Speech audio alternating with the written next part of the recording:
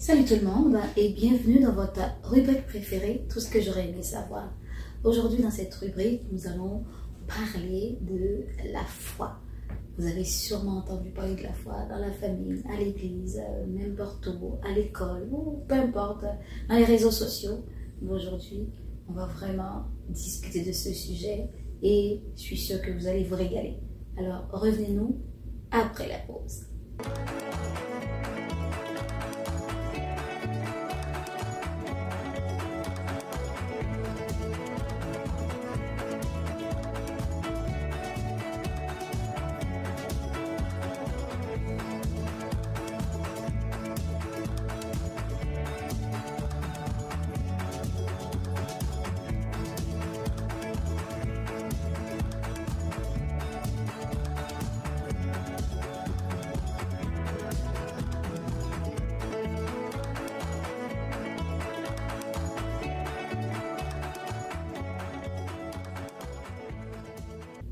Alors bonjour tout le monde, mon nom est Fabienne Leiti.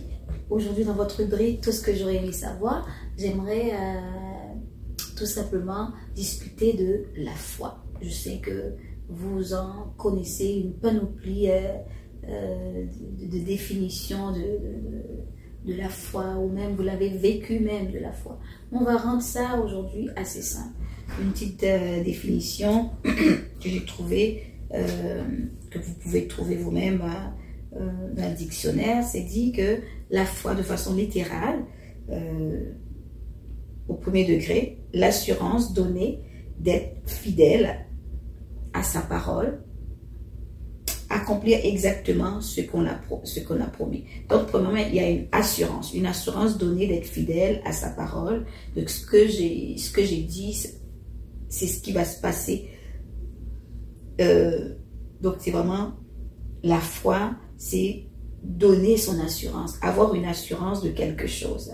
On peut utiliser aussi le mot bonne, c'est une bonne foi. Qualité d'une personne qui parle, agit avec une intention droite, sans ruse. Donc, quelqu'un qui est de bonne foi, c'est quelqu'un qui va pas faire de détour, qui va pas utiliser, qui va pas manipuler les gens.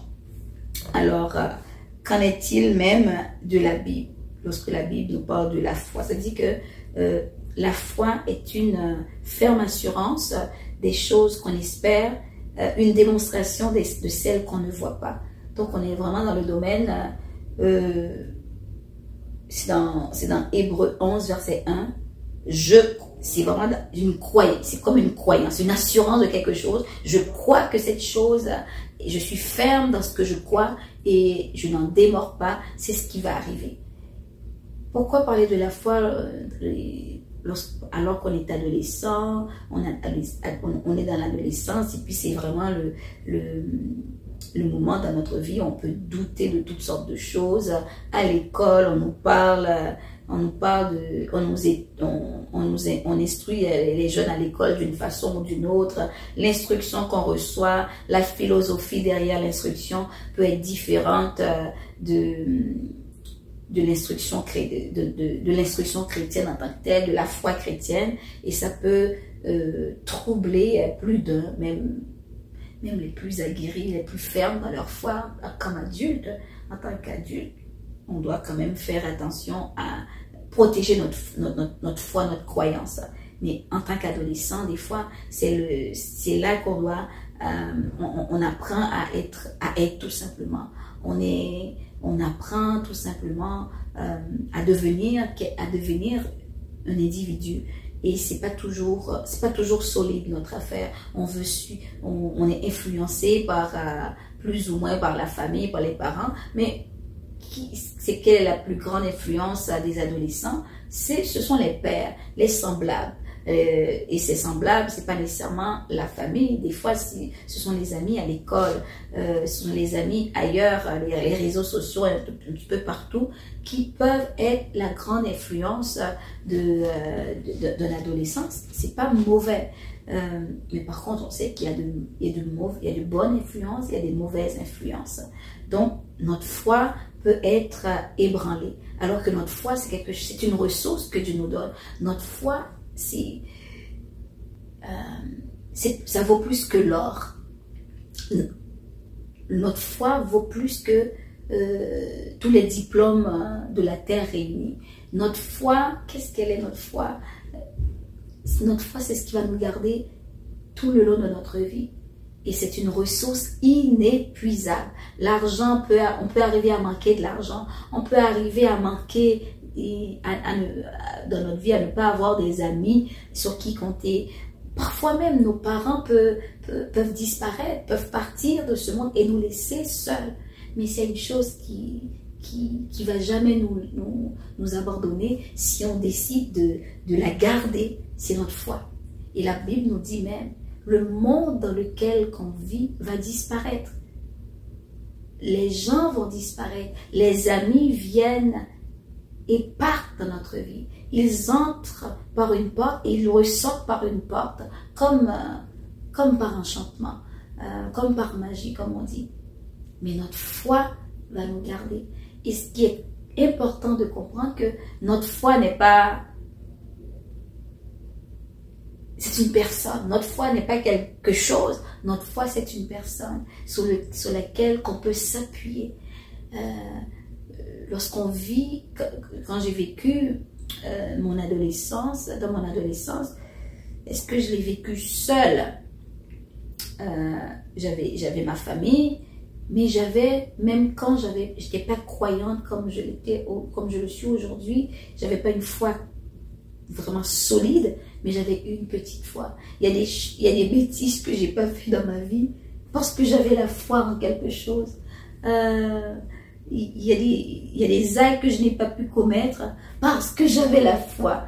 Même comment je pourrais dire, c'était pas ma propre foi, mais au moins c'est pas parce que j'avais entendu dire que, oh ben non, on fait pas ça en tant que chrétien.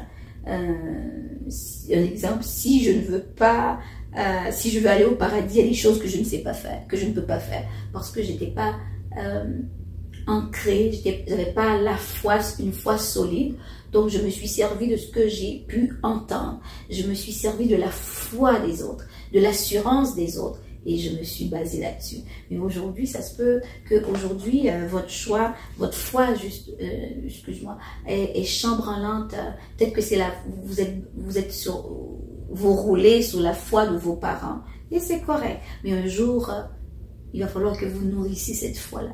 Donc ça veut dire que la foi, c'est une assurance, mais une assurance parce qu'on a une relation avec Jésus, parce qu'on connaît Dieu, parce que Dieu est notre Père qui est aux cieux, que ton nom soit sanctifié. Lorsqu'on vous vivez des situations et que vous êtes capable d'avoir cette foi, cette ressource, de vous baser sur la prière, un exemple du Notre Père, c'est de savoir, c'est déclarer, que vous n'êtes pas seul. Mais lorsqu'on vit notre adolescence, on est seul, on peut être perdu, on peut être confus pour toutes sortes de raisons, parce que on se sent différent, on vit des choses, notre âme vit dans toutes sortes d'émotions négatives. On est dans la tristesse, des fois dans le désespoir, dans la confusion. Mais lorsque nous savons que Dieu est là pour nous, Dieu est une présence, une personne qui nous a promis sa présence. Donc nous devons apprendre tout simplement par la foi à croire que cette présence est aussi vraie, que ce fauteuil est à côté de moi, il y a quelqu'un qui est là avec moi. Ou quand je marche n'importe où, dans la rue, ou que je suis à l'école, ou que je suis au travail, n'importe où dans ma maison, que j'ai quelqu'un avec moi. Cette croyance, c'est la foi. C'est avoir cette assurance, savoir que même quand le monde s'écroule, que cette présence est toujours avec vous. Là, vous êtes blindé, comme on dit, pour des siècles. Et ça, il n'y a personne qui peut vous l'enlever. Donc, moi, ce que je vous invite tout simplement à partir de là, à partir de maintenant, à vous entraîner à cultiver cette foi-là, à utiliser cette ressource pour votre vie, de quoi que vous n'êtes jamais seul, de quoi que même si maman et papa ils sont pas là, vous n'êtes pas seul, Dieu est avec vous, à croire que si peu importe pour X raison, un jour, quelqu'un vous a rejeté, non, Dieu sera toujours là pour vous. Il ne vous abandonnera jamais. Et il n'y a rien dans la vie qui fera en sorte que Dieu vous abandonne. Jamais. Dieu ne vous abandonnera jamais.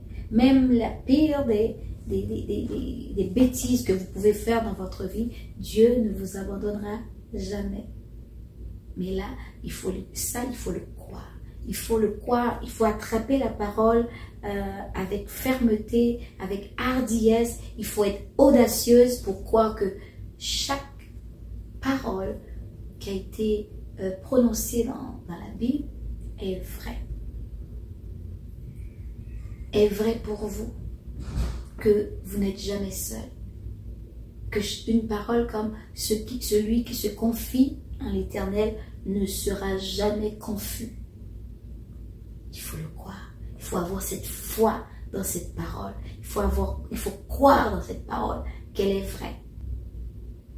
Si tu crois, tu vas avoir la gloire de Dieu. Si tu crois, tu vas avoir la gloire de Dieu. Si tu crois, tu vas avoir la gloire de Dieu. Et à partir de là, que vous allez élever votre âme dans une autre dimension. Je bénirai l'Éternel en tout temps. Sa louange sera toujours sur ma bouche. Quand je prononce cette parole, je crois que Dieu est avec moi. Je crois que j'ai été créé pour l'adorer. Je crois que j'ai été créé pour l'adorer. Et même quand je vivrai des choses difficiles, ce n'est pas que j'aime l'expérience difficile. Mais à travers tout ça, je vais apprendre quelque chose. Je bénirai l'Éternel en tout temps. Sa louange sera toujours sur ma bouche. Mon âme loue l'Éternel. Mon âme bénit l'Éternel. Mon âme bénit l'Éternel. Peut-être que pendant que vous allez prononcer cette parole, les émotions vont parler plus fort. C'est correct. Mais ça se peut comme l'expérience que vous vivez est difficile. Et que ça vous donne même... ça vous fait même pleurer. C'est correct.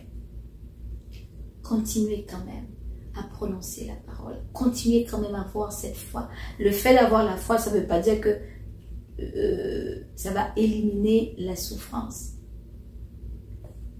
Mais s'il y a une chose que vous devez comprendre, la foi, le fait de comprendre ça, c'est que votre cerveau, vous envoyez un message à votre cerveau qu'il y a une solution possible. Et vous allez paniquer moins. Vous allez vous inquiéter moins. Donc, vous avez tout intérêt à avoir la foi. Donc, c'est comme les gens dans le monde qui n'ont pas Dieu dans leur vie, mais ils ont des paroles positives. Ça fonctionne, mais il y a une limite. Parce que cette parole n'est pas vivante. Alors que la parole de Dieu, elle est vie. Dieu lui-même va s'occuper pour que cette parole apporte le fruit nécessaire. Je ne suis pas en train de dire que la pensée positive, elle n'est pas bonne. Mais la Bible nous dit que la parole est vie. Elle est capable de donner la vie à ce que vous vivez. Donc quand vous déclarez la parole, elle amène la vie. Ça, c'est la foi. Donc trouvez des versets qui... toute la Bible, ce sont des versets qui nous nourrissent. Mais il y a des versets que lorsqu'on vit telle situation, ça nous aide, ça peut nous toucher davantage. Donc, je vous encourage tout simplement à élever votre foi. Nourrissez votre foi à travers chaque situation, en toute chose.